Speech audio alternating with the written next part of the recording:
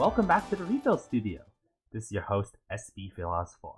This is your weekly Bang Dream podcast series giving you the best up-to-date information about upcoming updates to the game and the franchise, as well as give you community insight from featured special guests and have them share their stories and experiences in Bang Dream. As always, if you are new here and you want to support the podcast, feel free to check out our website, links in the description below, to learn more about our podcast, as well as learn how you can support the studio, either by joining the Filler Nation through Twitch subs and YouTube Join membership, or just by hanging out in our Anga Academy Discord server. You can also fill out a feedback form if you want to give feedback about the podcast, as well as feature and suggest any special guests that you might want to see. With that intro out of the way, we got a really packed podcast this week. A lot of exciting news coming up in ENdori, as well as a dual special guest feature. So with that out of the way, let's just hop right into the weekly news corner.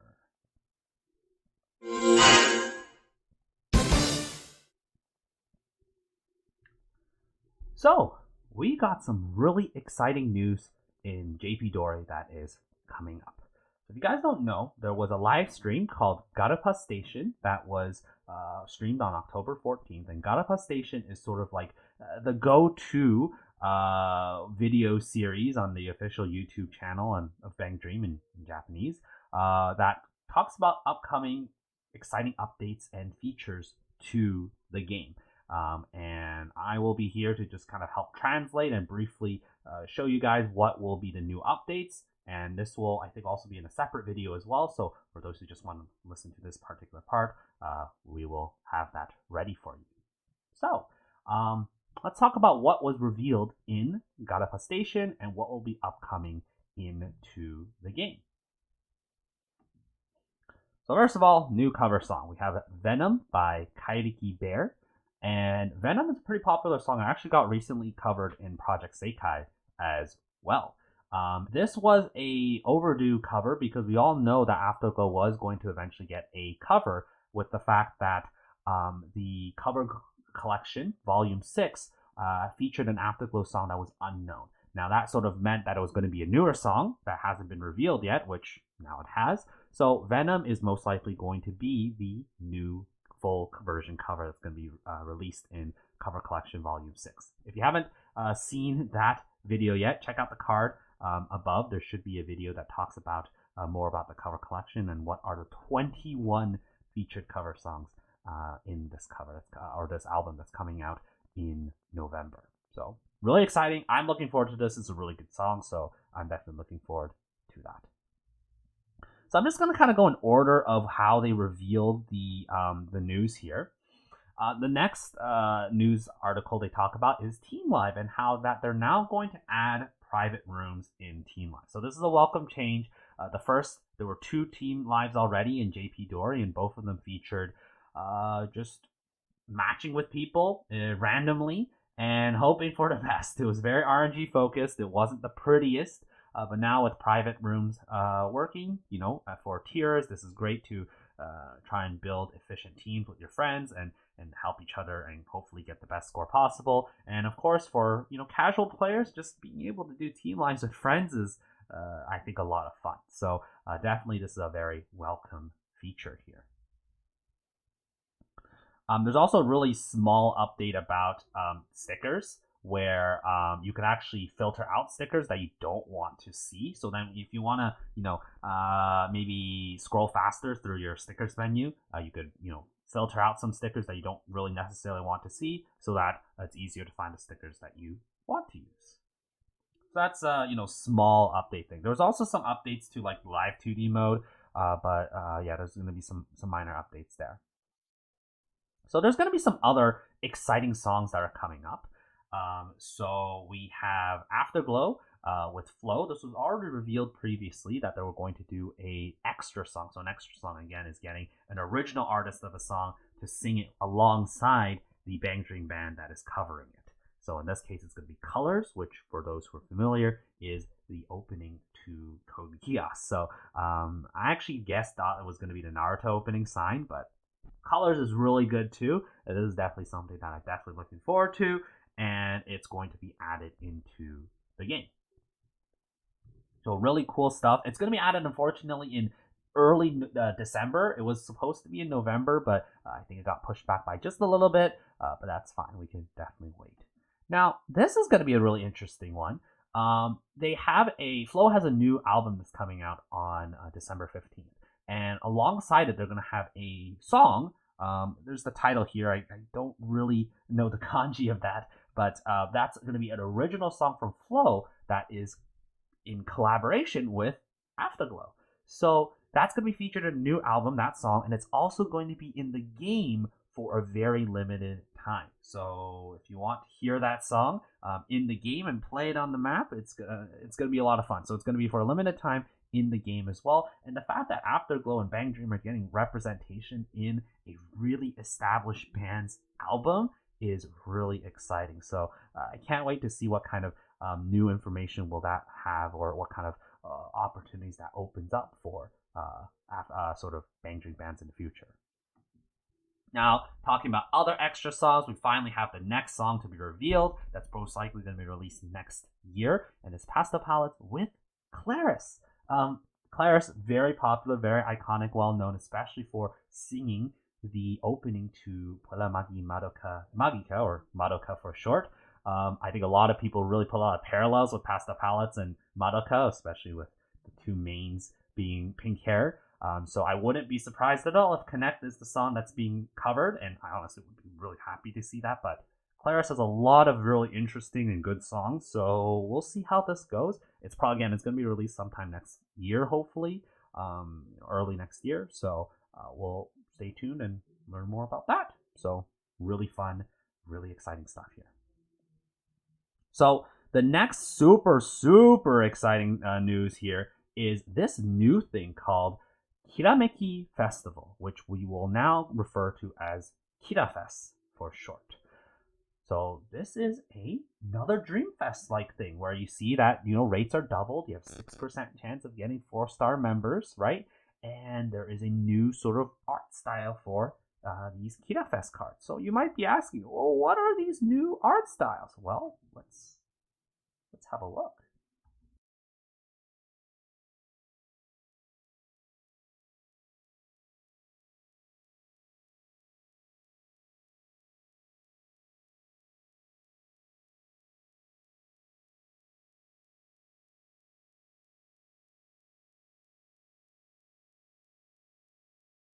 So as you can see, there are animated cards. This is really revolutionary. The fact that there's animated sort of cutscenes within the cards, and it's going to feature some really beautiful art between two characters. In this case, Aya and Tsugumi are going to be the confirmed 4 stars for this new KiraFest. And of course, Tsugumi will feature Saya, which for a lot of fans is like a well-awaited interaction. And Aya, of course, will have Chisato. So these new cards will have special features where you could see that they have 2 characters on the screen when you're selecting songs and all that fun stuff. So that's going to be new. And as well, they're going to have new skills, new card skills. So we're not sure exactly what kind of card skills there are, but we will definitely look forward to that very soon. And it's already confirmed it's going to be released on October 31st. October 31st is when a lot of people are probably going to spend a lot of their savings for these really beautiful new KiraFest cards. So definitely look forward to that. Now, for the most part, there's not too much big other news left. The only one that's really left in this case is the HoloLive collaboration. So we already have members talk about their excitement of getting into the series. As a reminder, we have 3 sort of collaborations: Pop and Party with Toki no Sora, Pasta Palettes with Minato Aqua, and Hell Happy World with Fubuki. So they've revealed the songs that they're going to be in this collaboration. Now, before we go to the songs, I just want to clarify that in this collaboration, there's unfortunately not going to be new cards, so no new gacha, and there's not also going to be any new event. So there's not going to be an event or new gacha. It's just going to be, we'll see what exactly it's going to be in the collab very soon. So let's look at the songs. So when I first thought about this collab, I thought the songs were going to be original songs that the Bang Dream band is going to cover with the original VTuber singer. Turns out that's not the case. They're actually going to do covers together, which is great. Pasta Palettes and Aqua are going to be covering Fansa, which is short for fan service. It is a Chico with Honeyworks song, so Chico with Honeyworks fans, just like me, a big Chico with Honeyworks fan. I'm looking forward to this song. It has a really nice idol-y vibe. So, of course, Pasta Palettes with Aya being an idol and Aqua, and yes, being an idol as well. This is definitely a really exciting and fitting song to cover. It's going to be released on October 22nd for those in the JP Dori who are actually actively playing it right now. So, less than a week, you'll be able to start playing. The next cover song that we have is Bon Appetit S, which is Hello Happy World and Fubuki, and this is the Blend S opening. So Blend S is a really funny, iconic anime, and this anime opening is definitely one of the more iconic ones out there. A lot of people are very familiar with it. It might also sound very familiar to a particular tiering song that we're all love and know. But it's going to be released on October 23rd. It's a really good song as well. It's going to be really fun and exciting, and I think Hello Happy makes a lot of sense here. So definitely look forward to that song. And Pop and Party is going to do the cover with Toki no Sora, and the song is Ano Yume wo Nazote. Now, this might not sound familiar to you, but if you heard of YOASOBI, you might now think it's really familiar. It's one of YOASOBI's older songs, and YOASOBI is now really well known for their J-pop songs like Yoru ni Kakeru. And this is actually one of my personal favorite YOASOBI songs, so the fact that Pop and Party's covering it, I think actually really makes a lot of sense.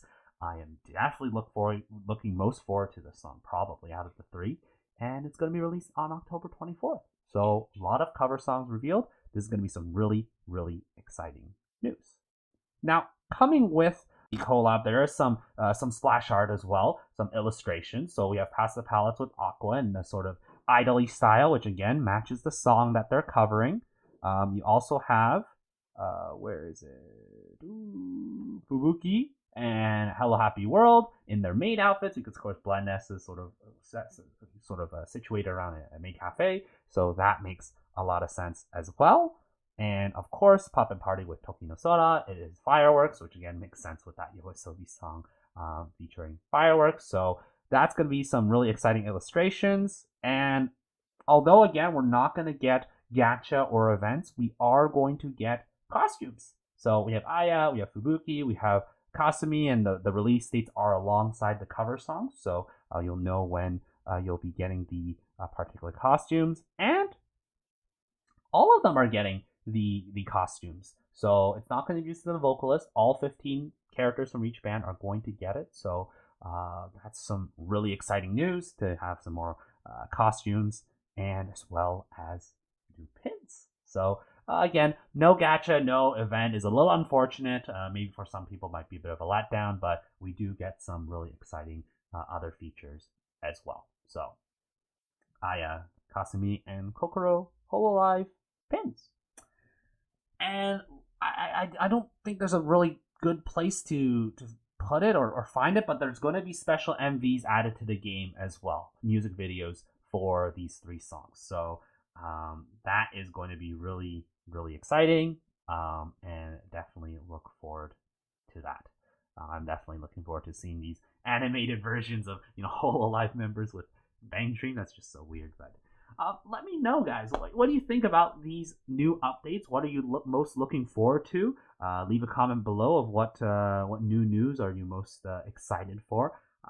Personally, I think I would probably be most excited for it's still the new cover songs. I think all the new cover songs that are going to be featured are going to be really good. But let me know, guys. What are you most excited for? And again, this will be something in ENdori hopefully sometime next year. So we'll see how that goes. So that's new news in JP Dori. So let's continue on and talk a little bit more about ENdori. So again, there are some updates and there has been some development with what's going on. If you heard the past couple of podcasts, I've done some pretty emotional rants about what's going on and why certain things are happening. And so to add a bit of updates, one of us, which is the Bandori 3 for Afterglow, is still not happening. And in addition, there was a collab, a DoReMi Hello Happy World collab event that also got delayed.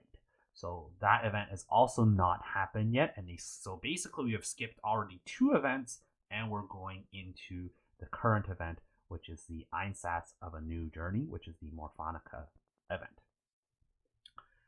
So there were some points where I made in the last podcast where I kind of feel I might want to maybe go back on. So I want to put some clarification on it because I definitely don't want to spread misinformation.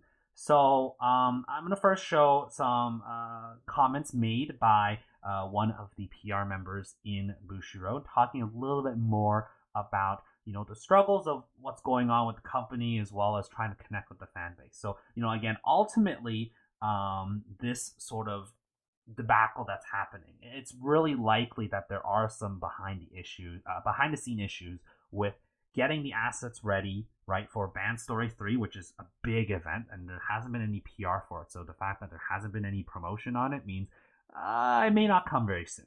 But that's still in the works, right? And also, the collab event for Hello Happy World, I could actually foresee some really challenging times on getting that copyright solved. So if I were to make a guess, I think Bandori 3 will definitely, Afterglow will eventually come, no problem. But the collab, I'm actually starting to get a little bit worried about. There might be some really significant delays on bringing this forward.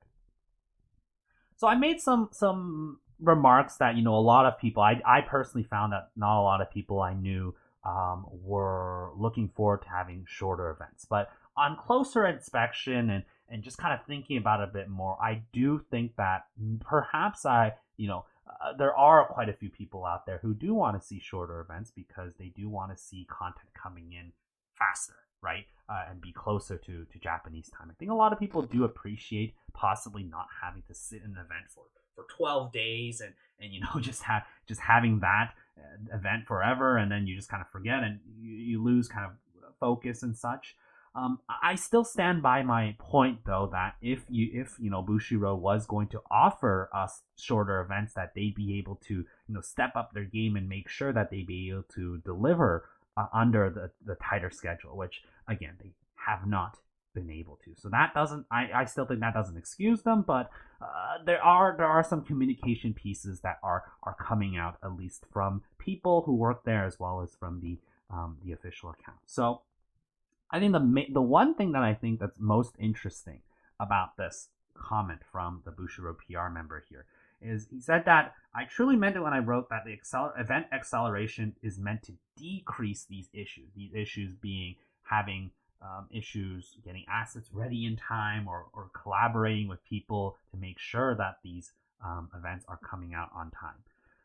Hoping that the changes in the background pay off soon without any further bad news. So I'm with this guy. It's hard to imagine how could that actually improve this current situation. But I'm gonna stay patient a little bit more, right? I'm gonna trust that they know what they're doing, hopefully, and we'll hopefully see some positive change and maybe see some positive news moving forward. Again, it's good. At the very least, they're starting to finally communicate with us. But again, it's kind of weird that I find that a lot of gacha companies, like these newer, especially the newer ones, they really feel they don't like following a schedule, right? So again, we as gacha players, we kind of deviate, or not deviate, I guess, sort of draw towards a schedule. If you have a schedule, we know what's going on and how to plan the event. Best example is Fire Emblem Heroes. I know it's a dead game, but the fact that they still put the effort to put monthly updates and just let you know what's going to happen within the month, it gives a lot of people a lot of preparation and they're, oh, well, this is going to be an event, or maybe this could be a banner I could look forward to, and then they can start preparing for it. Other companies like MiHoYo and Genshin Impact, they are kind of guilty of not having such a schedule, but, at the very least, you can make some rough guesses of, oh, well, this character in Genshin is going to come very soon, or of course you have the leakers, but that's a separate topic entirely. With ENdori, they never really give us a schedule. Now, of course, JP Dori don't do a schedule either, but they do have stuff, as we mentioned, the Garupa Station to kind of let you know about relatively big upcoming news. But for us in ENdori, the EN side of Bushiroad doesn't really communicate with us in terms of upcoming. They just kind of assume that we're following JP's schedule. So that's why we kind of make the assumption that, okay, well, JP's schedule is our schedule. So this is how we prepare in advance and how we plan things out. And now the fact that they're saying that, oh, we're not really married to that idea anymore is a pretty big blow in terms of, again, having people prepare. I already mentioned this in the last week's podcast, where, again, it's not just the tiers, right? It's the people who maybe wanted that Dreamfest. My friend just told me that he was waiting for that Tomoe Dreamfest, but it came 2 weeks early. He didn't have enough time. So, things happen, right?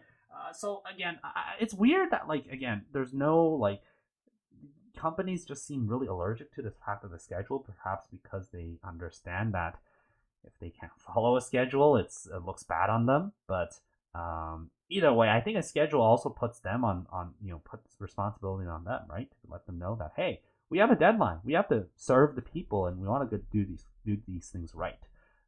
So that's just me kind of ranting about schedules and such. But either way, in terms of upcoming events, I do not foresee one of us coming anytime soon, at least relatively soon.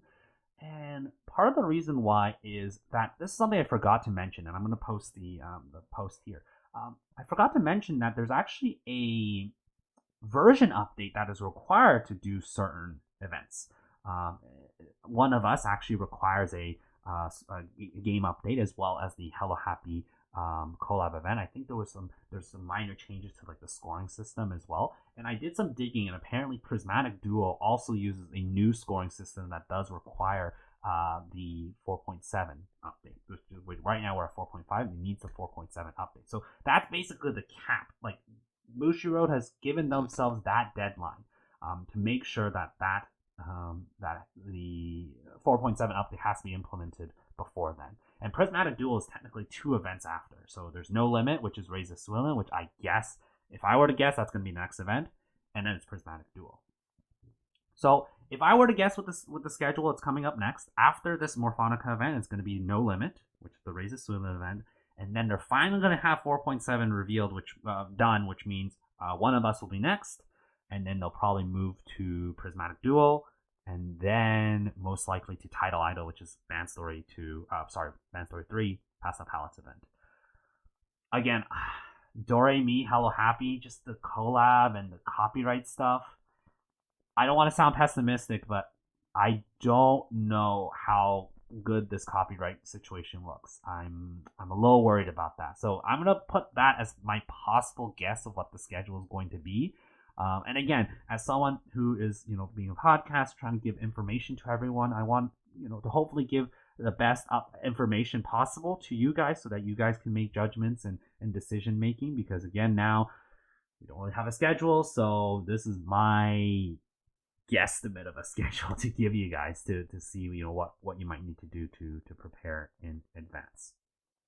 So, in short, Bandori EN finally communicating with us to some extent of what exactly is going on. So basically, they have some issues getting the game up to the newest update, which means they have to push some events back to kind of buy themselves a bit more time. I'm still kind of upset by the fact that they did want to decrease event duration, which, again, the PR individual for Bushiroad basically with this statement confirms that this is a business-driven decision as well. I will admit that there is probably some people out there, quite a few people out there, that are appreciative of these shorter events. But again, having these events shorter, but not being able to actually physically keep up with it after a month, it's a bit of a warning sign. But again, let's wait and see. Let's be patient. Let's trust Bushiroad and see how things go. We'll make critiques and judge later if things go sour from here. But that's all the updates on ENdori. So again, let me know if you need any clarification about what exactly is going on, or what are your thoughts about, again, now 2 events being delayed and the schedule being a mess. Either way, let me know. I would really appreciate your thoughts. But let's hop onto the other side of the studio. We have 2 special guests waiting for us. I'm looking forward to having a fun conversation with them. So let's go. Want to support the RePHIL studio? Check out our website. Links in the description below. Here you can learn more about the podcast as a whole, as well as complete our feedback form to give comments about how we can improve the project, as well as suggest any future special guests that you would like to see on the studio. You can also learn more about how you could support the podcast by joining the Filler Nation, either through a Twitch subscription or joining the YouTube membership below. Thanks again to the Filler Nation members for your constant support, and a reminder that all Filler Nation members can access the podcast live when they are recording in the Unga Academy Discord server. We hope to see you there. Welcome back to the studio. Let's refill to 99. We have the pleasure of having 2 special guests for this episode today. So this is the first of the studio, having 2 special guests at once. So I'd like to introduce to our viewers here both Riley and Krump, and to have them join the studio. Just to give an intro, Riley got top 10 very recently in the Have a Good Halloween event, whereas Krump also recently got top 10 in the Brighter event. Riley and Krump, thank you both for taking the time to join us in the studio today. Yeah. No problem, bro. So I don't know if there's anything else you want to add to that intro. Either of you want to add to that? That's honestly kind of like my only. I'm very swag. It's kind That's of my your only bit of thing? fame. I mean, I'm white. Wow. I'm a white guy. Oh, Okay, this intro I is translate stuff. Oh And yeah, I'm cool. There you go. perfect. Yeah. I'm cooler, but I don't translate stuff. Okay. Exactly. Well, Riley and Krump, thank you both for taking the time again to join us. And again, it's going to be an interesting experience having both of you at the same time.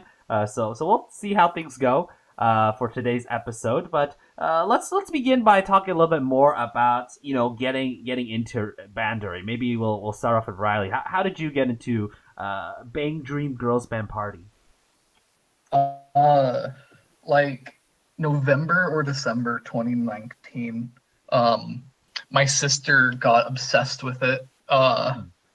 Her obsession didn't last long, and she tried to get me to play it then, but I was just like, no, I won't do that. I'll get addicted.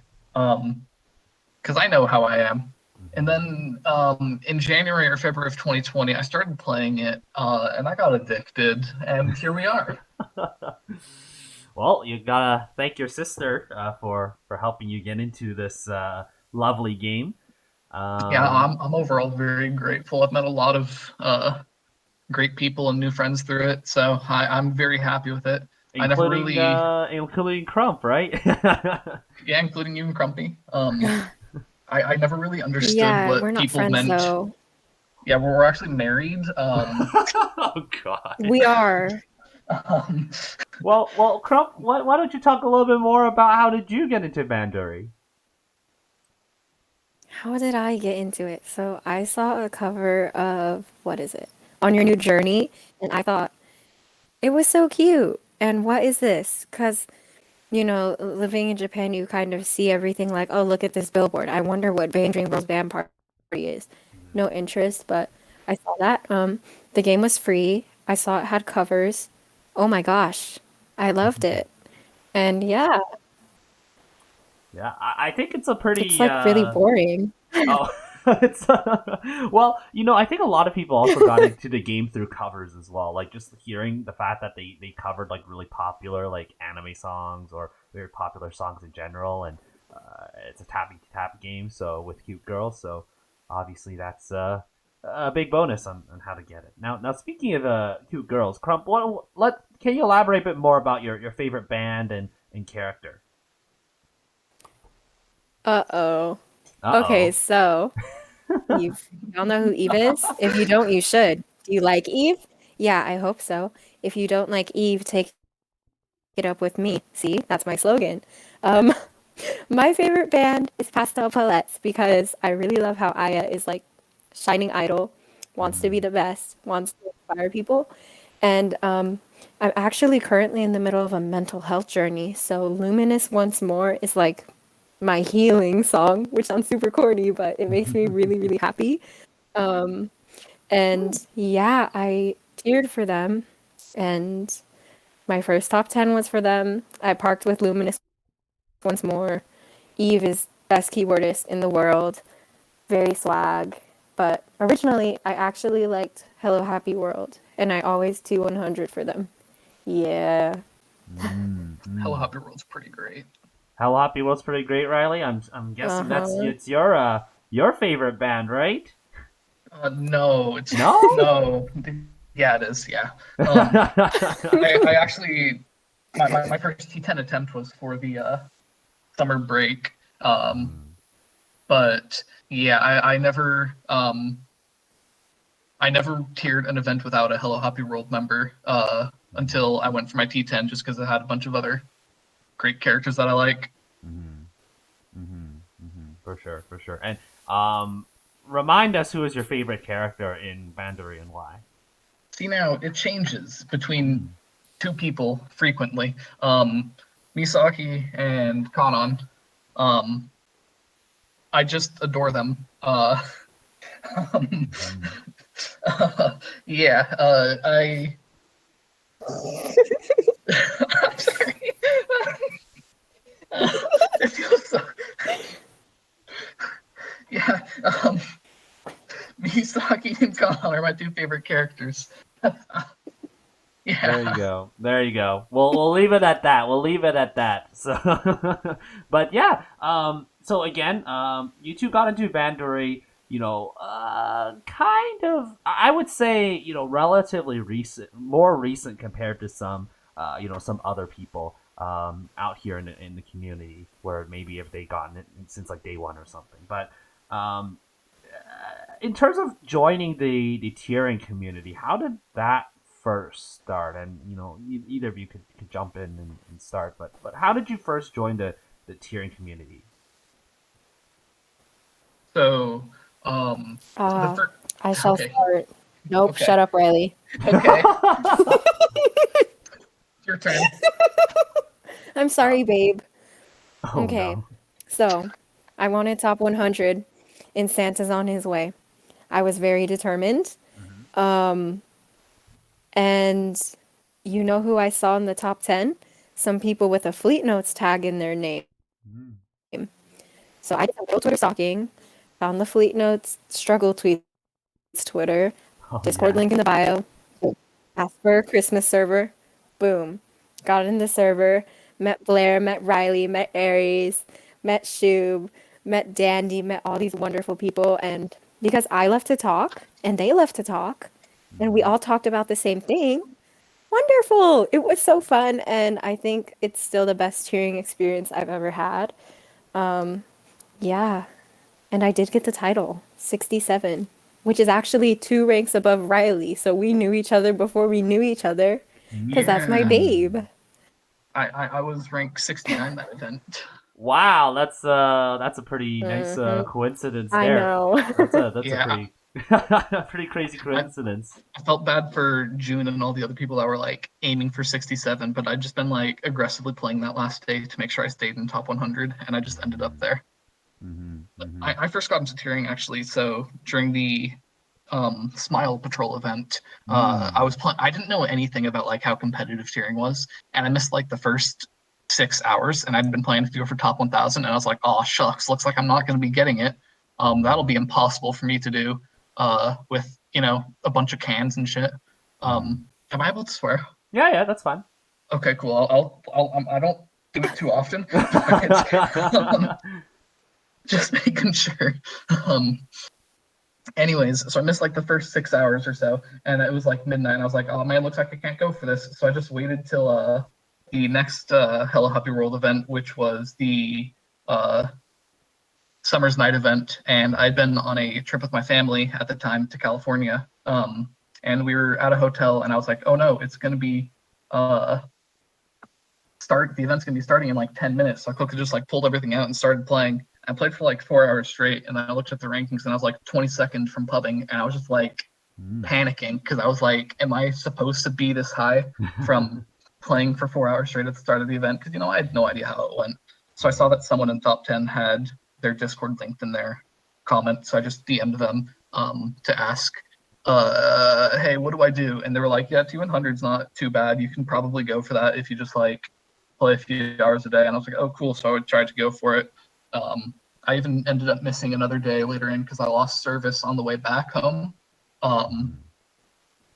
But I still ended up getting it at rank like 83.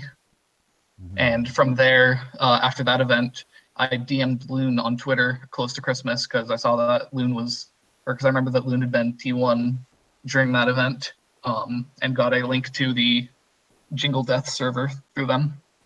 Which then, kind of led to the Santa's on his way event as well. So it all kind of links together. So yeah, it's really pretty interesting. How did you two find tiering servers when you first joined? Like, were they like stressful? Like how was that overall experience to start off?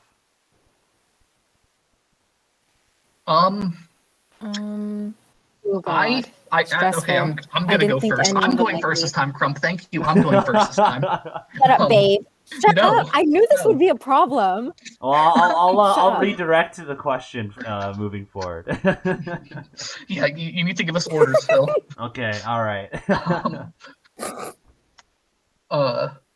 I found the idea of it a lot more stressful than it actually was. Like before we actually started tiering, I was like nonstop asking questions like, hey, what do I do if this happens? What do I do if this happens? How do I do this? Which I feel like is like what you're supposed to do if you're new to tiering, honestly. A lot of people kind of just go for it because they're afraid of asking the questions. But at the same time, the tiers like it a lot more if you do ask it, because then you're able to get things clarified. Cough, cough, new tiers.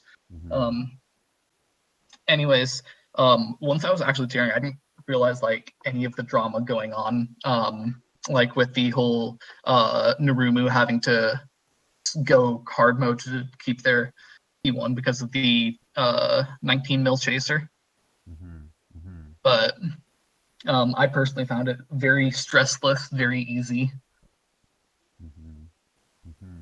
And Krump, you already briefly mentioned how it was like, one of their best experiences. And again, this is all in reference to Santa is on his way event, so it kind of works out. But what made the event, I guess, what made the tiering server and the tiering experience so memorable for you?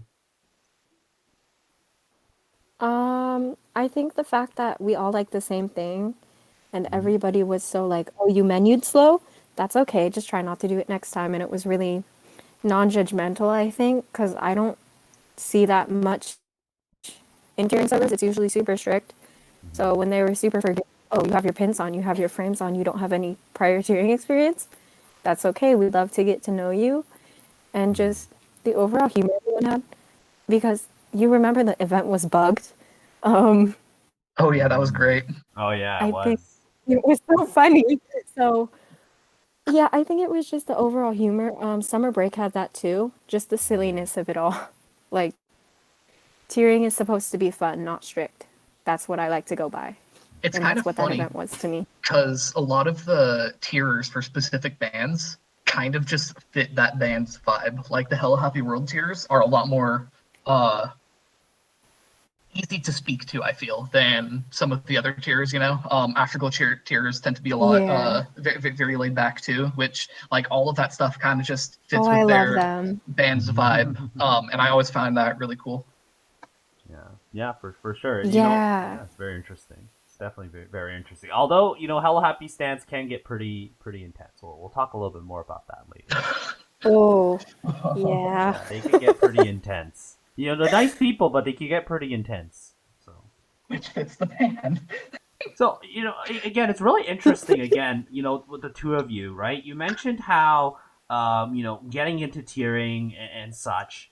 one of the reasons how you got into the community is, you took the initiative and reached out to people, right? Riley, you reached out to Loon, and Krump, you kind of did a little soul searching and going through fleet modes. So I would personally say that if, for those who are newer to tiering and want to sort of join the community as a start, just being proactive and finding the right people and just be willing to ask.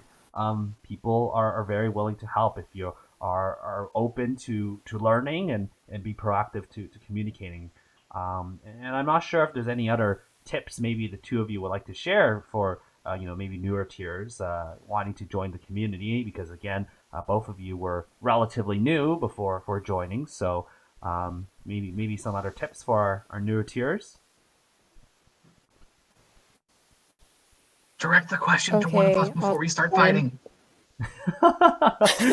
We will fight. We're like an old couple. Well, Krump, why don't you? Why you seem like you might have something to say? Okay, depends on the tier, so you gotta listen. Roselia, use capital at the start of your sentence and periods. They love punctuation. Afterglow, do whatever you want. What? You haven't noticed? Like Noble Rose, you gotta be part of it. Proud of oneself, grammar. See, Afterglow, do whatever you want. Be yourself. Hello Happy and Pastel Palettes tiers, like the same sort of thing. Add a buttload of emotes. Like just emote after every single thing. And they'll be like, oh, you're so cute. It's really fun. Morphonica, I said that wrong, didn't I? Oh well. I don't know. Say Morphe, man. Do whatever you want to do. Morphe. Raise a Suilin. Suilin? I don't know. I've never been in a server for them. So just, I don't know, be yourself for that one. But I think you kind of got to read the room. If everybody's super serious and not in the mood to joke around because it's competitive, don't be that person to just start griefing because haha funny. But I think if it's a versus live with a band who's like super happy, lucky, smile, yay, do whatever you want. We're not scary, we're not mean, we're not elitists. We are all very nice and swag and would love to meet you, so don't be shy. No, I'm going to bite your head off if you're mean to me. Disrespect me and your Riley, bad boy. I'm sorry. Oh boy. Well, again, it's kind of it's good to kind of see what's going on and then just kind of obviously, sometimes maybe approach with a bit of caution, but overall, right, as long as you implement yourself well and be respectful to people, it's definitely quite easy to learn the ropes and get the hang of things. Riley, anything else you want to add? Yeah. Honestly, outreaching, being able to network is a really great thing. Like, even if you just know one or two people, if they're willing to help you a little bit, that's a great step in the right direction, or if you're able to search a bit and find the people that can get you to the tiering servers. Like if you were to find Phil, hey guys, you should check out SB Phil Oz 4, by the way. He is great at that networking thing. He knows a lot of people and can probably get you into most servers. Okay, that might be over exaggerating, but Phil's like the type of person that I think of when it comes to the type of person you should speak to for networking. Loon is another example because Loon knows everyone. I'm obviously exaggerating again. No one actually knows everyone. I think maybe possibly. Shit. I swear again. Anyways. Yeah, networking. Yeah, for sure. It's definitely important to get in touch with people. So again, of course, I'll do my best what I can to help people. I do. Yeah.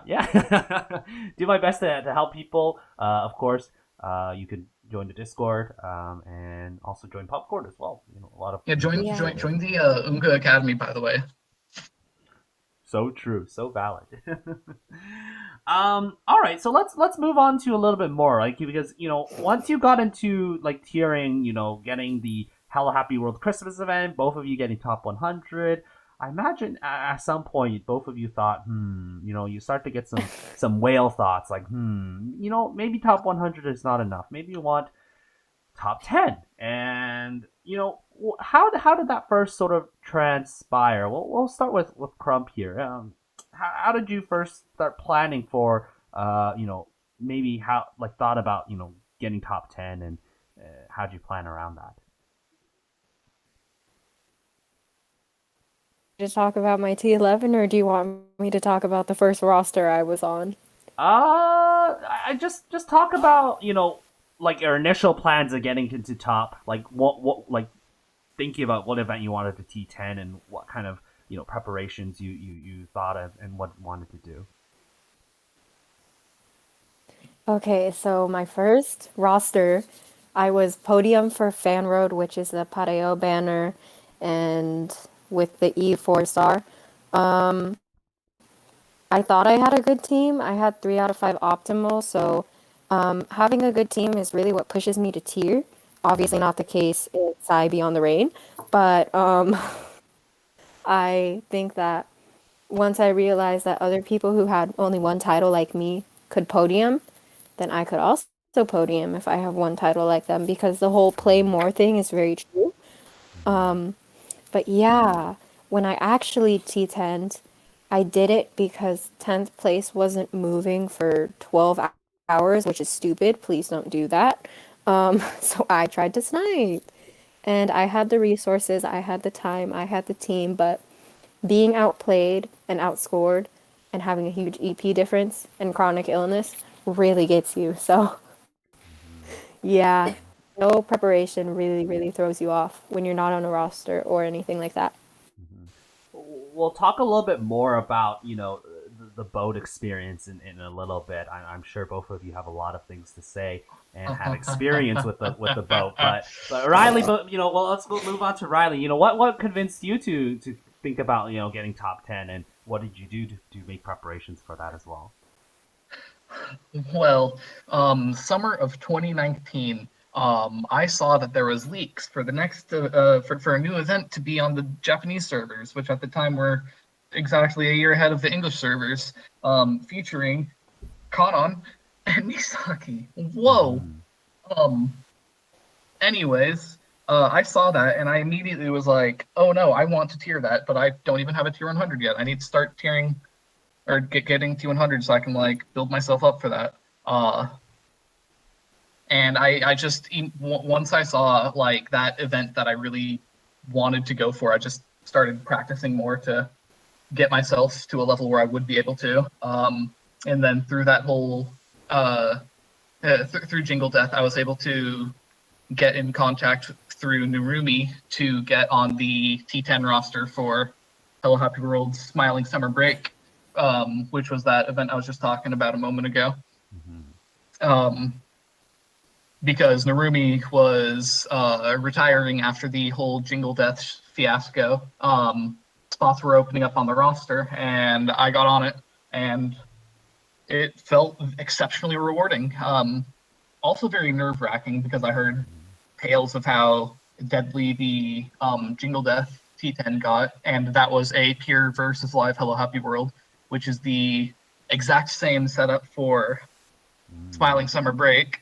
If only I read the warning signs, I guess, but Yeah, it was definitely an interesting experience, and again, for a lot of people, when I invite people to the studio, I know a lot of people they want to hear experiences from those who are able to achieve their goals and be able to get the titles that they want. Of course, both of you ended up getting T10 titles of events that you ended up really liking anyway, but of course, not all tier roads are as smooth or as things go as the way that you think you should. So maybe share a little bit more about that. The Hell Happy Summer experience, Riley, and sort of what overall happened in that event. oh boy. Feel free to rant as much as you want. Things started going south a bit before the event started, like a week or so before, maybe 2 weeks before. Our team one runner, Iku, ended up having to drop the event due to personal reasons.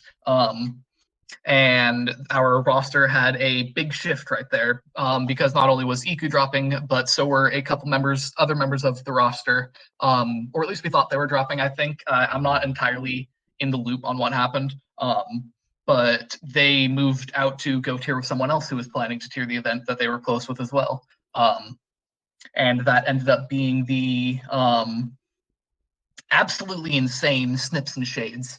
Like, I have nothing but respect for the two of them with what they're able to do with tiering.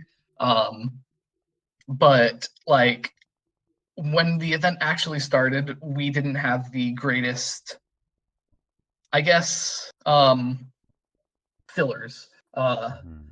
Like in the room that we had been, or that myself, Shubes, and Arias had been in, we had two fillers with us, and one of them just wasn't even there at the time of the start of the event, which slowed us down by about 2 games. And we noticed that something was very wrong about an hour in, when only Shubi had broken through into the T10 list. Because I had already personally been planning to go at like the same level of hours as Shubi and Ari's, because they were going for T1 and podium.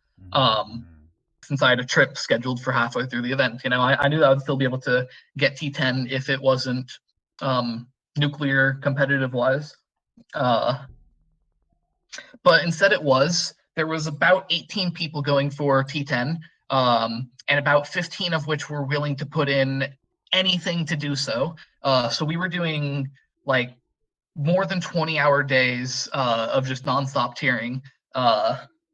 It was absolutely painful. I'm very happy with what I did. Like, I'm very proud of the hours I was able to put in, because now I know I'm able to do at least those level of hours without dying. But I was literally hearing A to Z in the walls.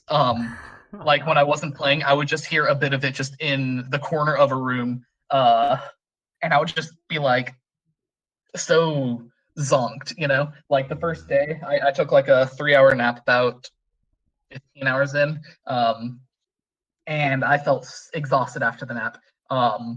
I took a shower later, which somehow made me feel like super awake, and I went like 20 hours after that. But it was devastating, because we found out about a day before my trip. Yeah, that T11 chaser that you got right there, useless garbage, is actually going for. They don't care what rank they get. They just want to get exactly 21 million, which is 3 times more than what they had gotten during the Christmas event. You're not supposed to get 21 million as T11 in versus live events, by the way. Yeah, I don't know why Jingle Death is the origin of everything, but I think it's just because there was a series of pure Hello Happy World events, and it just allowed a lot of build up for people. Like, my own team for the event was like 4/5 optimal. Really, it was a really good team, but there was a lot of other people that also had 4/5 optimal, just because there had been 2 pure Hello Happy World events before it. It's sad. That's all I can say. Like, it's definitely an outlier in the terms of tiering failures, just because of how high it got, but it's still very devastating. Though I am very excited with like future tiering now, just because I know what I can do, and I never got that like full gratification of this is the final bit of what I can do. That's one reason I was kind of looking to tier upcoming events, which led to me tiering the Halloween event, which I'm guessing you might want to have us talk about later. Yeah, for sure. Oh, we'll definitely Okay. have the spotlight for you two to talk about your T10s, and how the two of you were able to get that. But again, for our our viewers out there and our listeners, sometimes tier just doesn't go the way that you like, and there's a lot of lessons you could learn from that. And Riley, of course, shared many lessons he learned about himself and about what he needs to do. And just again, sometimes some events are just not meant to be when it comes to you're getting the right competition. Maybe there's just too much competition, or maybe the timing, right? Again, Riley, you had Yeah. some timing issues as well, going to Baguette Land. Yeah, it's a lot Home, of home, things to get home. back. Instead of spending 21 hours a day breaking my thumbs, I got to stare at French people in their natural habitat. Oh no. Krump, is there anything else you want to add to that? Like either about the Hello Happy Summer event or about your own experiences about getting the boat? I have something for both. Yeah. Modding summer break was definitely something. Watching the tiers degrade in T10 chat slowly losing their sanity, and people who don't usually voice chat being so desperate for human contact that they would unmute themselves and talk was really something. Made me not want to tier, but I had a great time. There were a lot of new people. I wonder where they came from, Phil. But they Mm. they were really sweet, and it was really nice to meet all these new people and teach them the ropes of tiering. So that was nice. And for the boat, I do relate to Riley on the timing issues. The day that I got a lead, I was okay, actually, so for my T11, I was only in top 10 for an hour and a half. Like that's really depressing, but I kept going for whatever reason. But I had summer school starting the day I got a lead, and I believe the person I was trying to outbeat was in Philippines time. So when I had to go to school, it was night for him, so he could play. And yeah, it was just not fun overall because I got really sick. I was pale. I didn't have energy drinks. I got blood clots in my legs from sitting for so Oh long. So no. stretch when you tear. It's not worth your health. What Yeah, else? But definitely not do you want me actually. to talk about the actual Don't breaking the kill boat? yourself for tearing. Yeah, for sure. Yeah, please don't. It was horrid, and I hope that nobody ever has to go through that because, ugh, I was so sick. Yeah. But actually, not getting the title hurt for quite a while. But Mm. I look back as why did I do that when I had one good card and I was getting around 200 EP per game. Just kidding. 200 medals are like 4,000 EP because I was doing so bad. But yeah, I think you can do things unprepared. Shows in my Brighter Brighter title. Mm. But when you're sick and trying to outbeat someone with optimal who has more time than you, not gonna work. It hurts though, knowing that you played 20 more hours and never got the recognition you deserved. Yeah, That's for what sure. hurt. For sure, for sure. Just like, I know for a lot of people, again, getting like T11, especially is probably the most painful, right? It's like, you put basically almost the same amount of effort as everyone else, all the 10 players above you, but you get basically the same title as someone who's definitely put a lot less effort into getting their T100. So it is painful. And again, just to clarify, this was the Psy Beyond the Rain event. So again, a couple of months before your eventual T10. But again, it's really interesting to Yes. hear your experiences. And again, it's an experience that you sort of took to yourself and said, okay, this is something I'm going to do to improve and maybe something that we could I could plan for future, maybe for future T10 and try again. So again, I think both Riley and Crump shared some very good good stories and experiences. Just the fact that again, sometimes it just isn't meant to be, and you really don't shouldn't push yourself if you're just not healthy, or perhaps if things just don't seem to line up in the right way. It definitely sometimes it hurts, but sometimes it might be for the best. Just a reminder that all special guests featured in the RePHIL studio can be found in the Unga Academy Discord server. Links in the description below. Join our great community who is very passionate about Bandori, tiering, and many other interests. And we have weekly community events as well as contests for people to complete through challenges. Of course, all Filler Nation members can access the podcast live when they're recording in this Discord server as well. So we hope to see you there.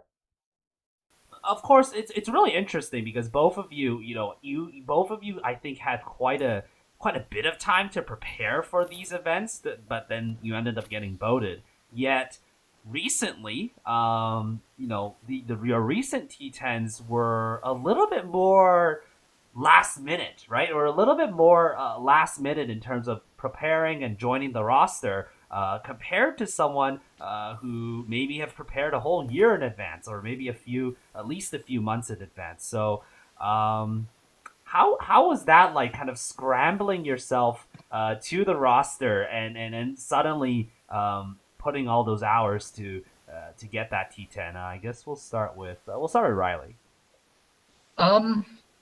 So I had been actually looking at doing like some kind of high tiering with the Halloween event for a little bit. Like I didn't have any kind of particularly good team for it, which I realized later is just because almost no one did. But that's the main reason I didn't actually like try and commit ahead of time. It was getting closer to the event, and there were some big changes within the roster. And I had already been thinking about trying to snipe it just because, first of all, I'm still kind of beat from that summer break thing, and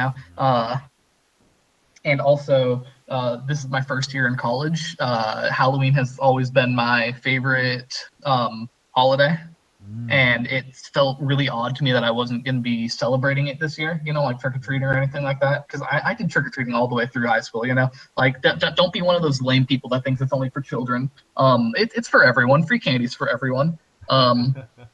So I kind of did that tiering as my own Halloween celebration. Originally I was just kind of playing like T11-ish. Ling can contest. Ling was doing similar things with us for the summer break. He was hoping to, if the event was chill enough that he could break in without voting anyone from the roster, then he was planning to do that, and I was kind of planning to do the same thing. Though to be 100% honest, after like 2 days of doing it, I was like, screw it, if they say nope, I'm just gonna dip. I felt really dirty doing, but I still wanted it,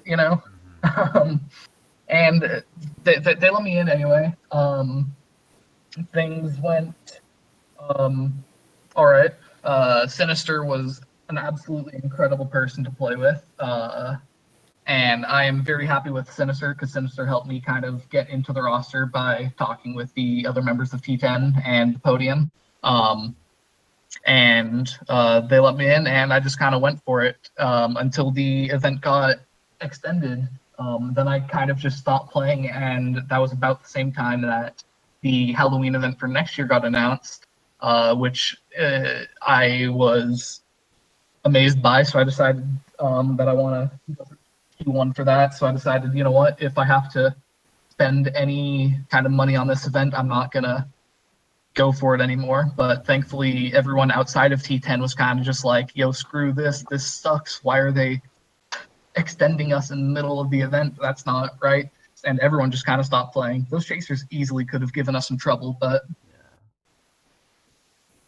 but it's really interesting, again, the fact that you didn't really, like, you had some preparation but never really was like fully integrated in the roster until a bit into the event. So although you technically did not have as much time to sort of maybe prepare in advance, I think based on your experiences you learned from your previous event in the Summer Hello Happy World event, I think you were able to kind of adjust and get into it quite well, and use what you've learned about yourself, and how far you could push yourself to tier to really kind of cement yourself and get that title. So it's definitely really interesting. And then actually know about your fascination about Halloween. So the Kanon event with the Halloween next year definitely seems like a big event for you. So it's going to be really, really interesting to see how that goes.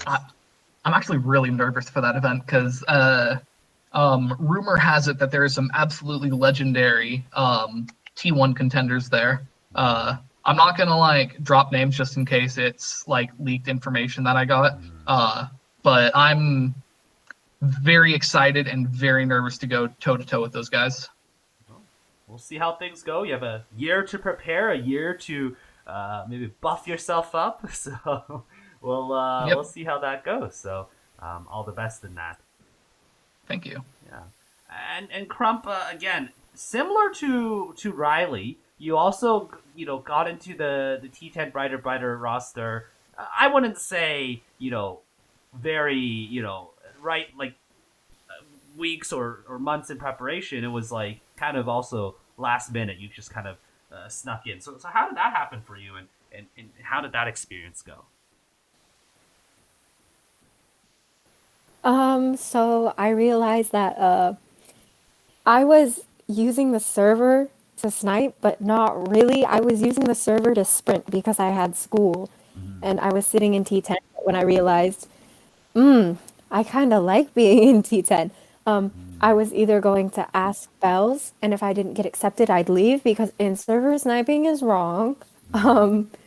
And she said, yeah, and I was really happy because roster was like only 4 out of 10, and someone dropped mid-event, so I just took their spot, and it went really smooth, and I just got added to T10 chat, got the role. Everything went as planned, and it was really, really, really easy. Same thing happened with Cybe on the rain. I got accepted mid-event, got the role, boom. Didn't get the title, but Yeah, didn't get the title. I was able to play and have room priority and not be seen as some like sneaky sniper. Yeah. And one thing that I guess, like, for the both of you, right, being able to join a roster sort of mid-event is usually not something that is usually, that usually happens in tiering servers. Usually there is a roster that's set, and, the goal of the server is to help support the roster to get their goals. But again, sometimes lucky bounces happen, roster people drop, maybe there's some changes to the roster, and ultimately those who are already kind of established in the community, if they've already shown that they could be someone who could be trusted and know that they're going to work hard, and you do that by filling for other people, joining other servers, joining many servers, and helping out other people.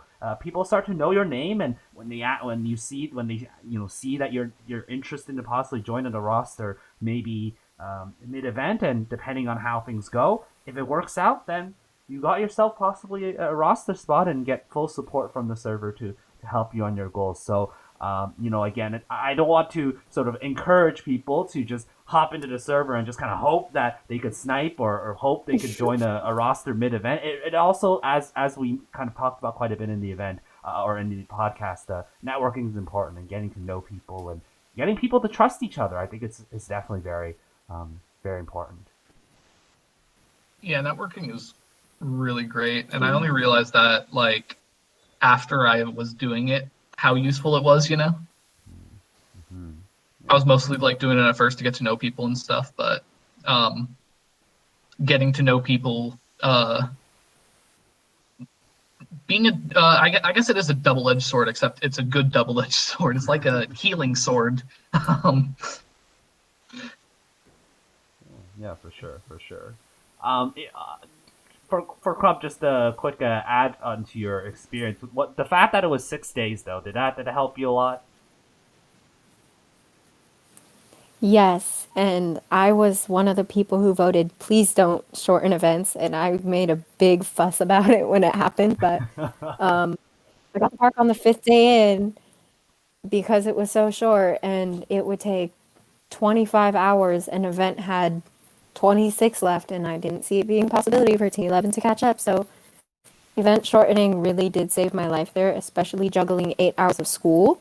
Basically impossible. Yeah, for sure. But I made it work, all because of the event shortening. Yeah. Your event's shortened? What? I was just gonna say, Riley Yeah, wished his about event was that. short. Yeah. It's My fault. kind of unfortunate. Yeah, I voted. I was one of the people that voted for events to get shortened because I thought that they would make it fully equal to GP or even just like a couple weeks behind. And I was like, yeah, I like that idea because I think that the surprise of what an event is going to be is great, and also the fact that you won't be competing against people that have saved up for an entire year for an event is also great. But I have regretted it so much since.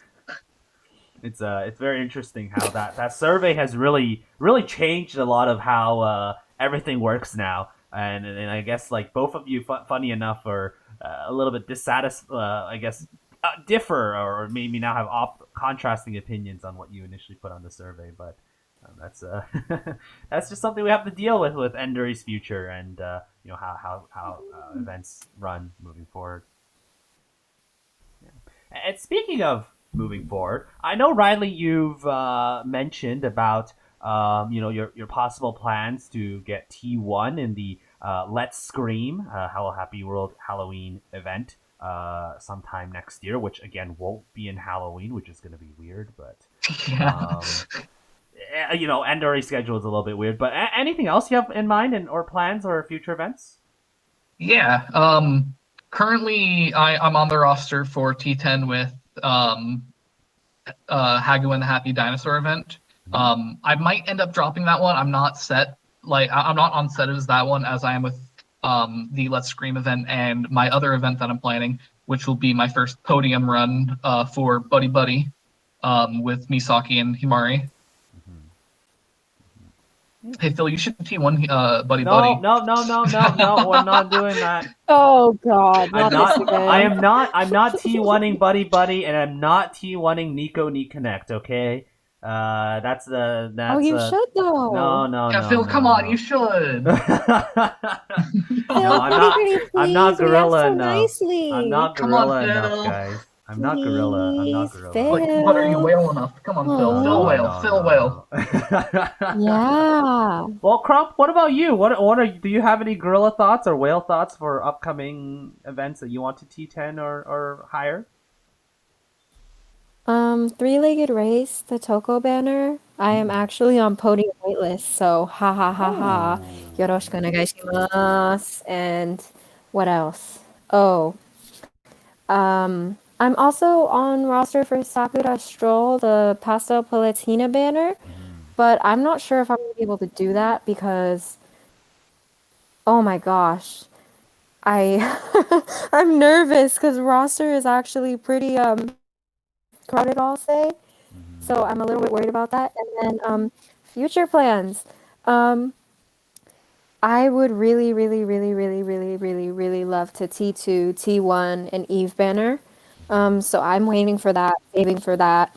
And I really hope I can tier with like a Toto, Riley, Shub. I've collected my friends to come tier with me. It is you, babe. Oh my gosh. I want to make it the ideal experience for me because I do see myself retiring that event, even if I get the title or not. Because it has been quite a bit having to burn your knots every 4 hours. So, Yoroshiku, I hope that you guys can support me whenever that Eve banner comes. For sure. And again, for all of our viewers and listeners out there in the studio, if you hear an event you see an event that you're also interested in tiering and you would like to help out, feel free to join the Young Guy Academy Discord. Again, links in the description, and you'll be also able to contact Riley and Krump, and you'll be able to learn more about how you could possibly join their server. And I'm sure they would greatly appreciate your support. There is totally a lot of support that you can do with that Halloween event upcoming. Like, you can do so much filling with that pre-live event coming up. Yeah, Team Live is an interesting event. Let's just say that. Yeah, I'm even more nervous for it because one of the I'm actually going to say this person's name just because like they've actually like openly talked about it. Feathers has every single cool 4-star Hello Happy World card except for one. So that's going to be terrifying to go against because not only is it stacked whale team, it's stacked whale team on Feathers. I am so excited for this though because it is going to be like an ultimate like test of this because the other person I'm going against is or the other rumored person is record setter. Record setters, eh? Oh well. Oh, You yeah. know, it's funny. Again, Feathers has joined us in the studio before, so maybe in the future, after that event is passed, we'll maybe grab you and Feathers and whoever else was attempting T1 over into the studio, and maybe we'll be able to share your experiences together, and all the struggles of free live and and all that preparation. So we'll see how that goes. And you'll be able to one at least one person in that call will be able to flex the T1 title. So hopefully it's you, That's Riley. the cruelest thing you've said. Well, I'm just gonna say One of hopefully them it's will- you. Yeah, it's only one. One of them There's will gonna do only good. be one T1, One of right? them will do good. Yeah, there could only be one T1. Unfortunately, you can't share. Unfortunately, sadly, no sharing titles. Yeah. But let's talk about a few other things before we go to the questions. I know, Krump, you've also mentioned that you do a little bit of translating as well. Maybe just briefly talk a little bit more about that and your projects that you have in mind in the future as well. Okay, so I started translating when someone reached out because I'm not sure if you know, but there was Takeshi. He used to do story translations. He retired. So someone who does stories, like puts it into best story, reached out to me, who's Bree, and they were super duper duper sweet and asked because I did the Hello Happy World Band Story 3 translation because there was a lot of misinformation and people who don't know Japanese translating it. So I wanted to set it straight. And yeah, I just wanted to let y'all know why little Kokoro was crying. So that happened, and then I started translating every event story. I've stopped with that because there's like 20 other people doing it, and I don't see myself needing to redo what someone did. But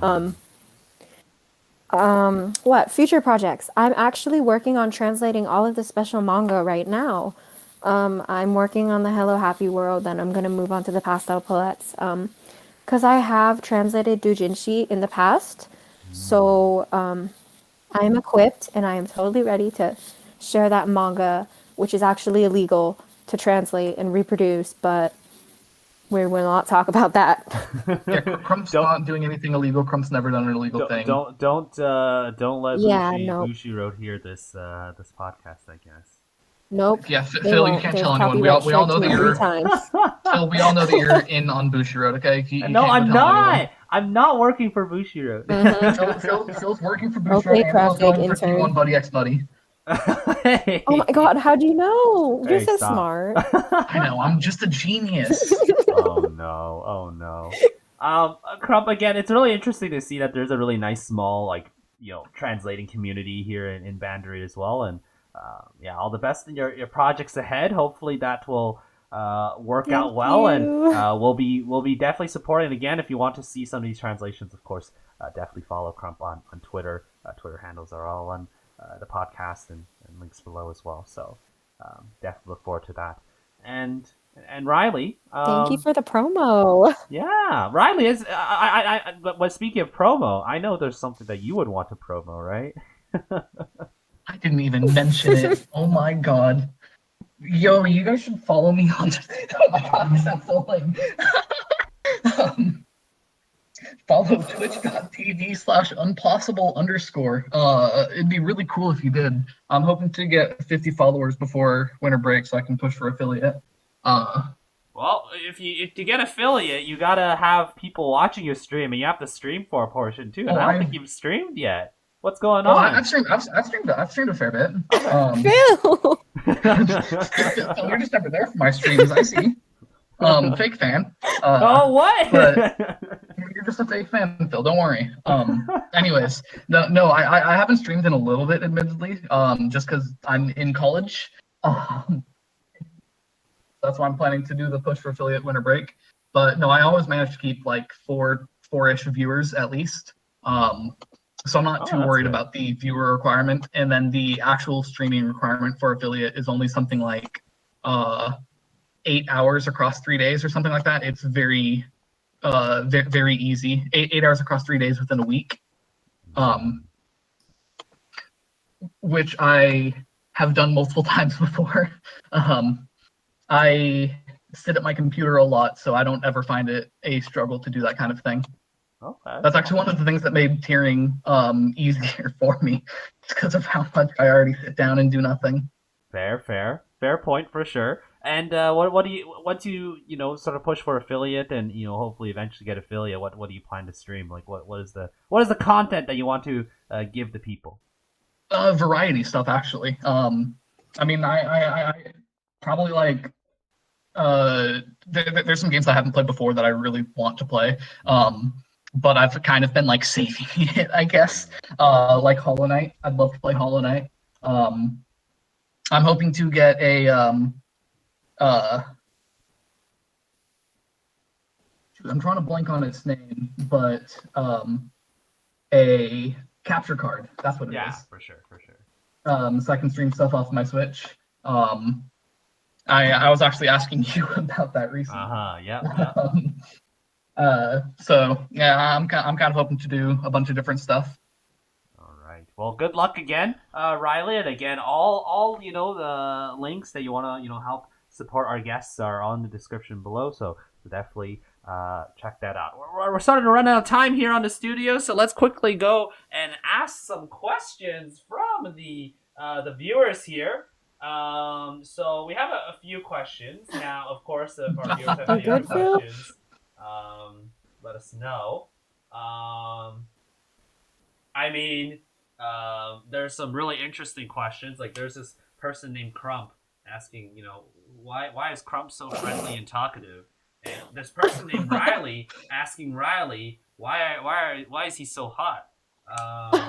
Phil, come on, invite it. He is. I've seen him. Trust me. Oh no.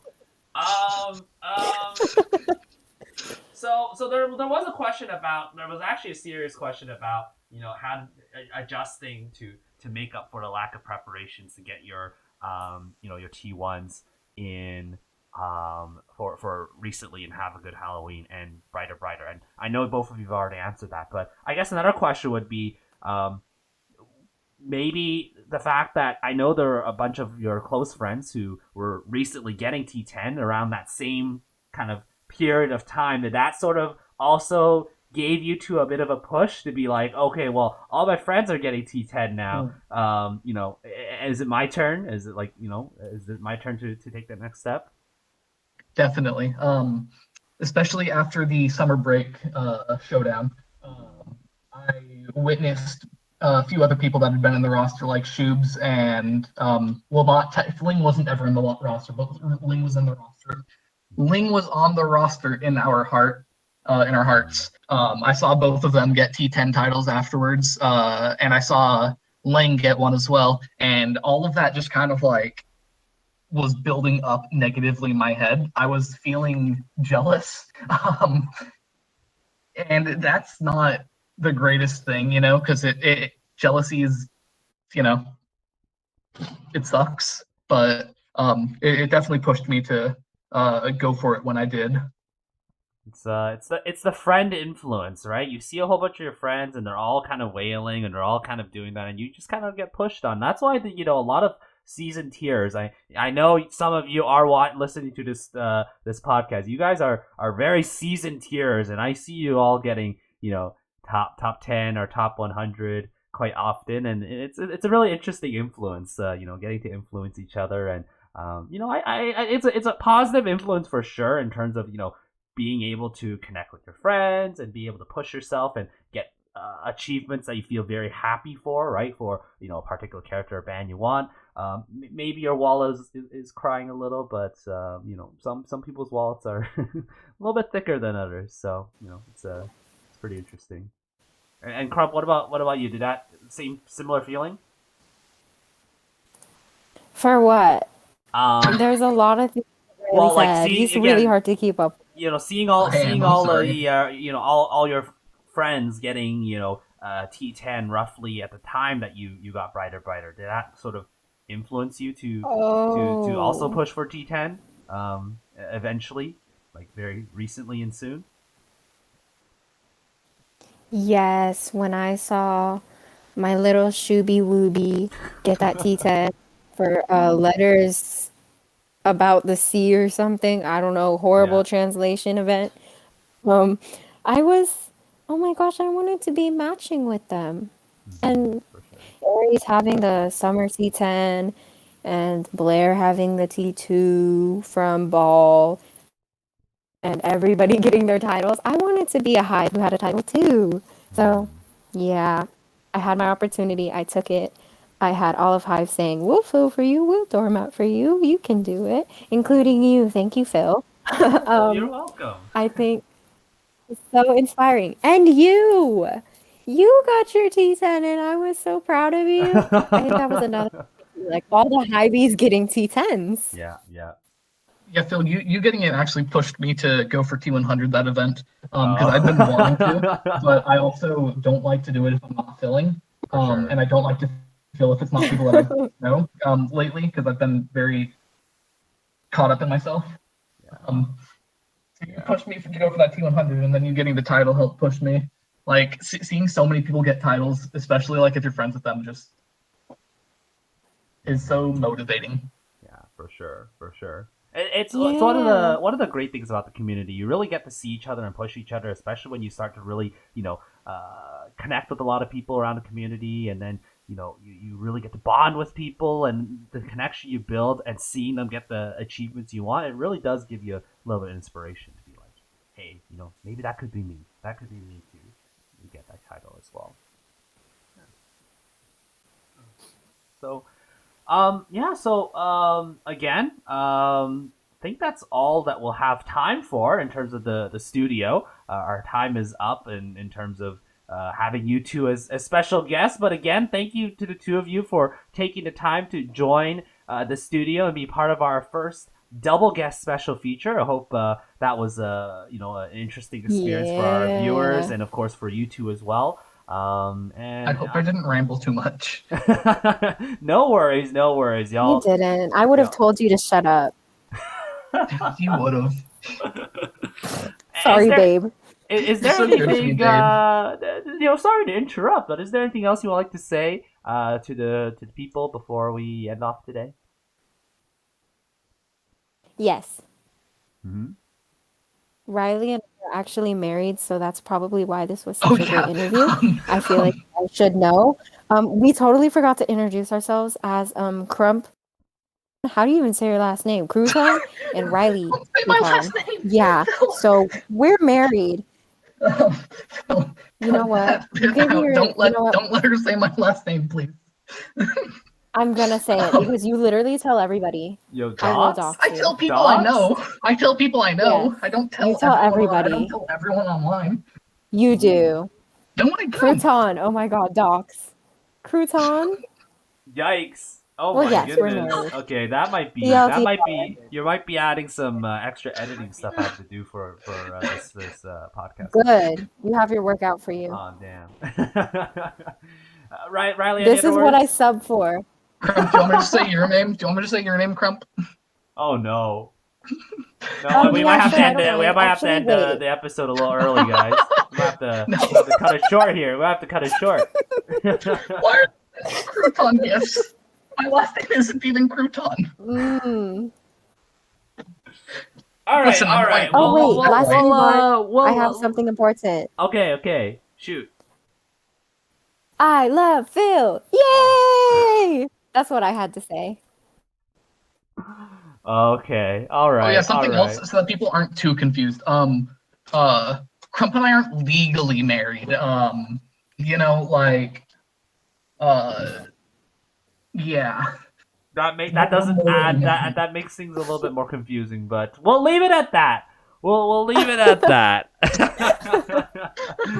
But again, thank you all so much for listening to a what was a very wacky, crazy episode of the Refill Studio. But again, all of our special guests are featured in the Younga Academy Discord server. Feel free to join below to get in contact with our special guests and possibly help them and support them through their goals in tiering and implement yourself in the tiering server. But with that out of the way, guys, thank you all so much for listening. It's your host, SB4.